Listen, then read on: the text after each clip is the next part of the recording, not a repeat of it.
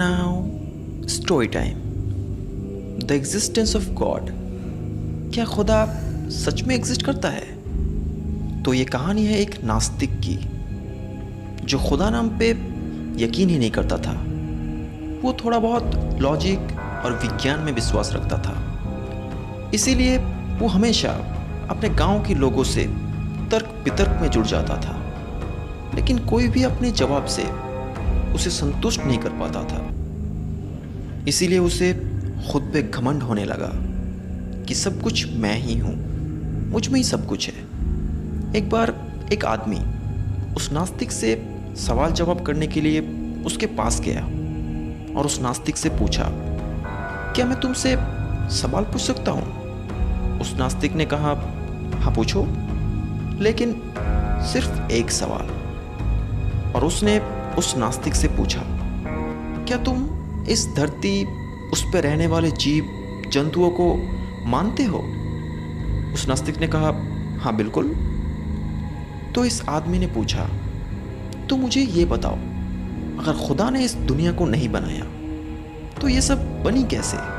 ये सूरज, तारे, धरती, चांद, सब कुछ कैसे बनी? तो उस नास्तिक ने कहा, सबसे पहले ये सब कुछ नहीं था, सिर्फ एक डॉट था, और फिर अचानक एक विस्फोट हुई और फिर ये सब कुछ वजूद में आया, जिसे साइंस कहते हैं बिग बैंग थ्योरी। और इसके करोड़ों साल बाद धीरे धीरे धरती ठंडी हुई और उसके बाद धीरे धीरे धरती में जीवन का शुरुआत हुआ। और ये सब सुनने के बाद वो आदमी चुप सा रह गया और उन दोनों के पास से ही एक यात्री जा रहा था और उसने सब कुछ सुना। और उन्होंने उस नास्तिक से कहा, मैं आपको जवाब दे सकता हूँ भगवान के होने का। और फिर उस नास्तिक ने कहा, तो दीजिए जवाब।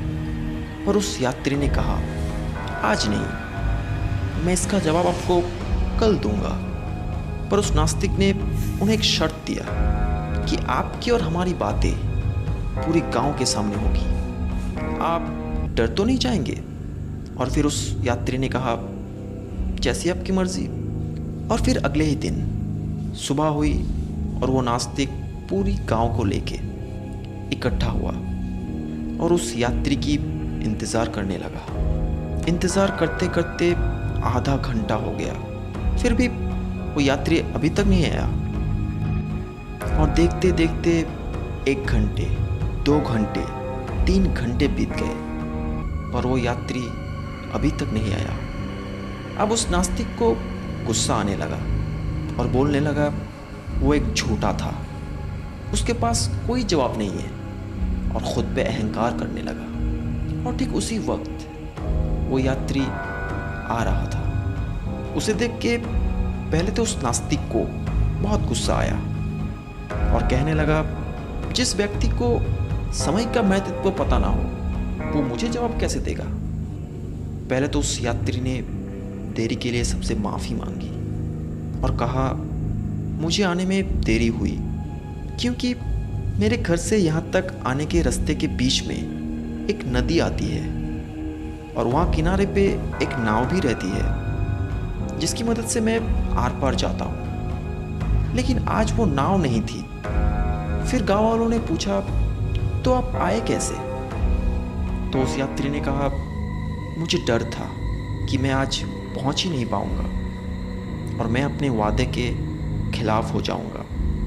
फिर मैंने खुदा से मदद मांगी और खुदा की मदद से मेरे पास में ही जो पेड़ था, उस पेड़ से अचानक एक एक करके लकड़ियां टूटने लगी और एक दूसरे के साथ जुड़ के एक नाव में तब्दील हो गई। और फिर मैं उस नाव के सहारे यहाँ तक पहुँच पाया और इसी वजह से मुझे देरी हो गई। ये बात सुनकर वो नास्तिक हंसने लगा और कहा, क्या तुम मैं बेवकूफ़ समझते हो?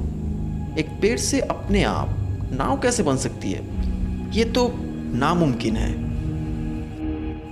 और फिर उस यात्री ने भी थोड़ा सा मुस्कुरा के कहा, मैं भी तो आपसे वही कह रहा हूँ कि एक डॉट अचानक विस्फोट हुआ और फिर धरती उसे रोशनी देने के लिए सूरज, महीने गिनने के लिए चांद, साल गिनने के लिए धरती का सूरज को चक्कर लगाना, काम करने के लिए दिन, आराम करने के लिए रात, दिन रात के लिए धरती का घूमना, ये सब अपने आप कैसे हो सकता है? जब एक मामूली सा नाव अपने आप नहीं बन सकता तो ये सारी कायनात अपने आप कैसे बन सकती है? ये बातें सुनकर वो नास्तिक थम सा रह गया और बिना किसी हिचकिचाहट के खुदा की वजूद पे यकीन कर लिया। और फिर उसने उस यात्री से कहा, मुझे और जानना है, मुझे और कुछ बताइए।